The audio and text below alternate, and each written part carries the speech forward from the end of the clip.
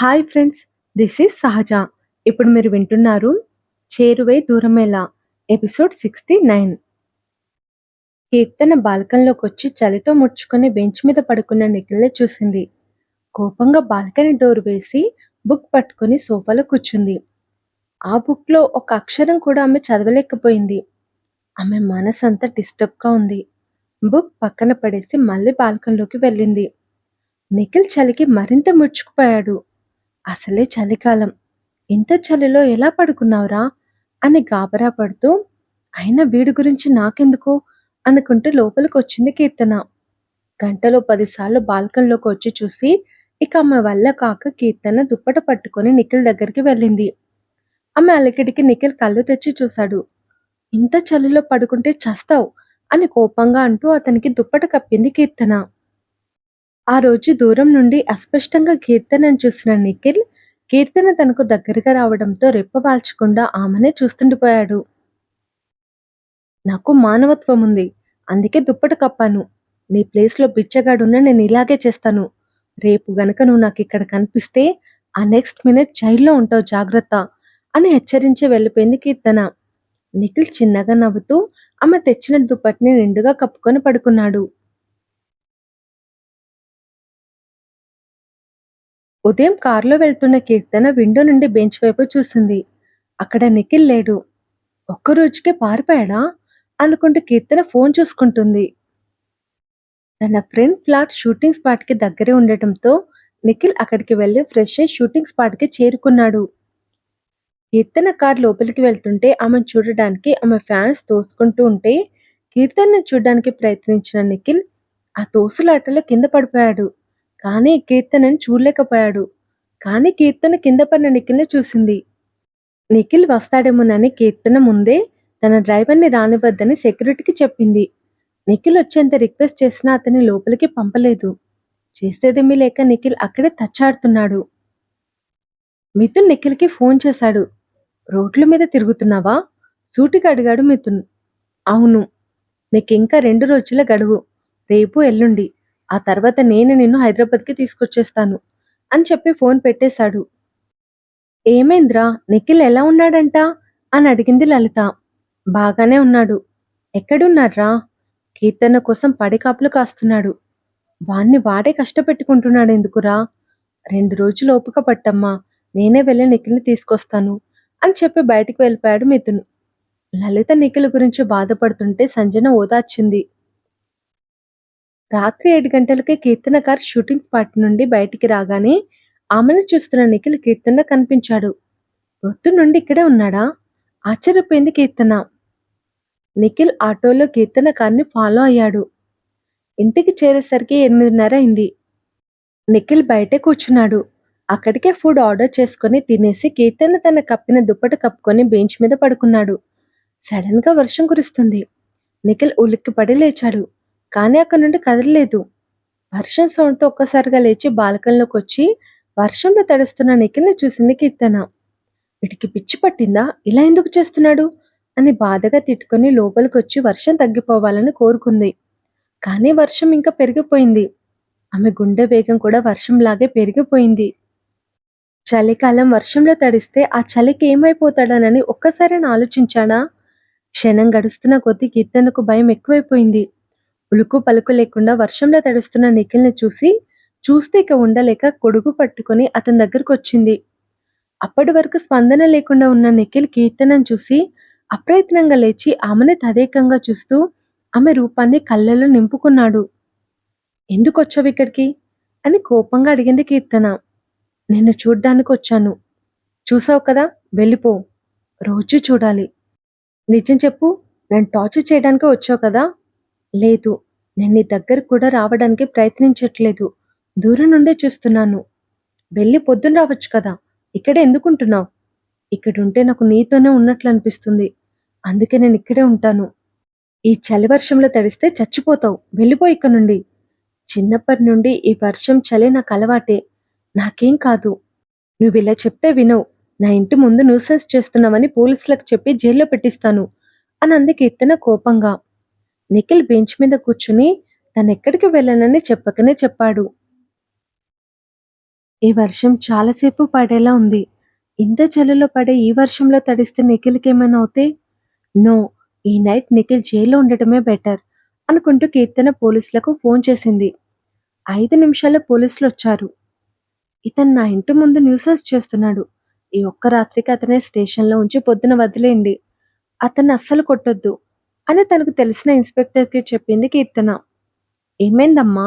అంటూ వచ్చాడు సుధాకర్. కీర్తన నిఖిల్‌ని చూపించింది. వీడు మళ్ళీ వచ్చాడా? వీణ్ణి అంటే సుధాకర్ కోపంగా కదులుతుంటే, ఈ రాత్రి జైల్లో ఉంటే అతను మళ్ళీ ఇక్కడికి రాడు. పదండి డాడీ లోపలికి వెళ్దాం అని అంది కీర్తన. నువ్వెళ్ళమ్మా నేనిప్పుడే వస్తాను అని చెప్పాడు. కీర్తన వెళ్ళిపోగానే సుధాకర్ ఇన్స్‌పెక్టర్ ముందుకొచ్చి, కీర్తన ఏం చెప్పింది అని అడిగాడు.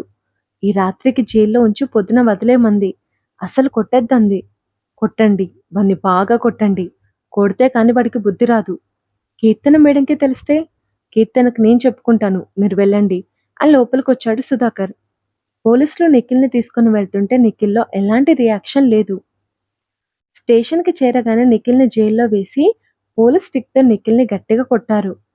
నిఖిల్ గట్టిగా కళ్ళు మూసుకొని తన కళ్ళల్లో నింపుకున్న కీర్తన రూపాన్ని గుర్తు చేసుకుంటూ ఆ దెబ్బల్ని భరించాడు. ఇక చాలు ఆపండి. నేరస్తుడిని కొట్టినట్లు కొడితే మన మీద బ్యాడ్ నేమ్ వస్తుంది. బాగానే దెబ్బలు తిన్నాడు కదా!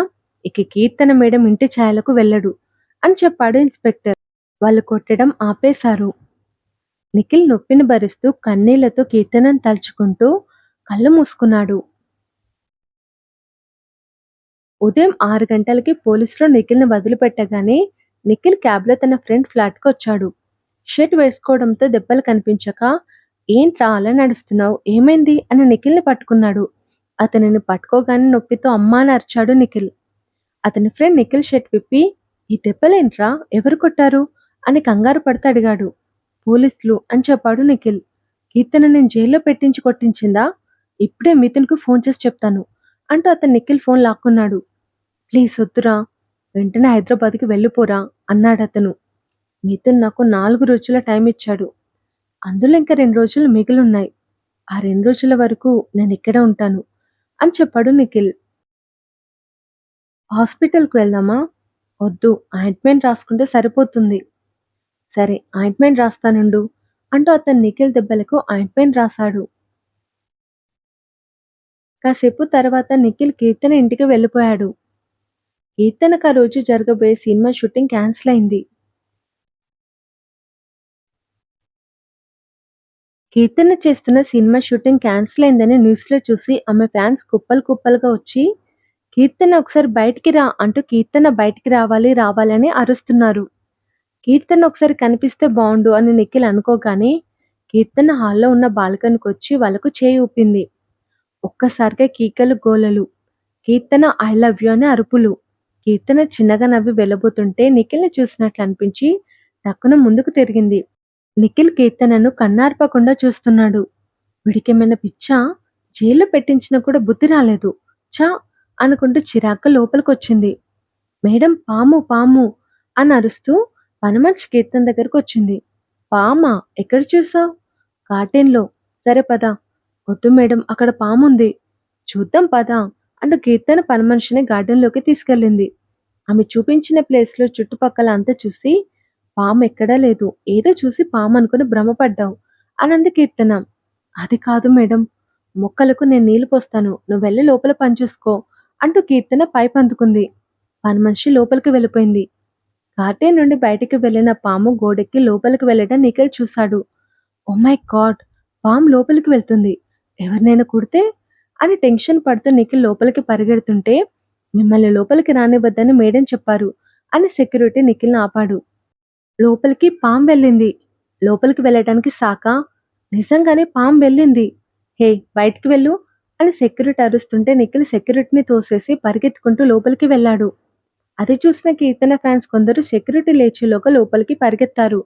మిగిలిన వాళ్ళను సెక్యూరిటీ ఆపుతుంటే నిఖిల్ చేశాడని వాళ్ళు సెక్యూరిటీని తోసేసి లోపలికి వెళ్లారు. గార్డెన్‌లో మొక్కలకు నీళ్లు పోస్తున్న కీర్తన పక్కన పాముంది. అది చూసిన నిఖిల్ పరిగెత్తుకుంటూ వచ్చి పాము కీర్తనను కాటేస్తుందనగా ఆమె చేయి పట్టుకొని లాగాడు. ఆ ఫోర్స్‌కి కీర్తన నిఖిల్ మీద పడింది. పాము చెట్టుకుని అక్కడి నుండి వెళ్ళిపోయింది. ఏ ఒక్కరు కూడా పామును చూడలేదు. నిఖిల్ మీద పడిన కీర్తన పెదాలు నిఖిల్ పెదాలను తాకాయి. లేవడం కోసం నిఖిల్ కీర్తనను పట్టుకుని సైడ్‌కి వంచాడు. నిఖిల్ కావాలనే కీర్తనను లాగి తన మీద పడేలా చేసుకొని ఆమెని కిస్ చేస్తున్నాడని, అందుకోసమే ఆమెని సైడ్‌కి వంచి పట్టుకున్నాడని ఆమె ఫ్యాన్స్ అపార్థం చేసుకొని కోపంతో ఊగిపోయారు. కీర్తన ఆవేశంగా లేచి "హౌ డేర్ యూ" అని అరుస్తూ నిఖిల్ చెంప పగలగొట్టింది. నిన్ను జైల్లో పెట్టించినా కూడా నీకు బుద్ధి రాలేదా? ఎందుకు నా వెంట పడుతున్నావు? ఎందుకు నన్ను టార్చర్ చేస్తున్నావు?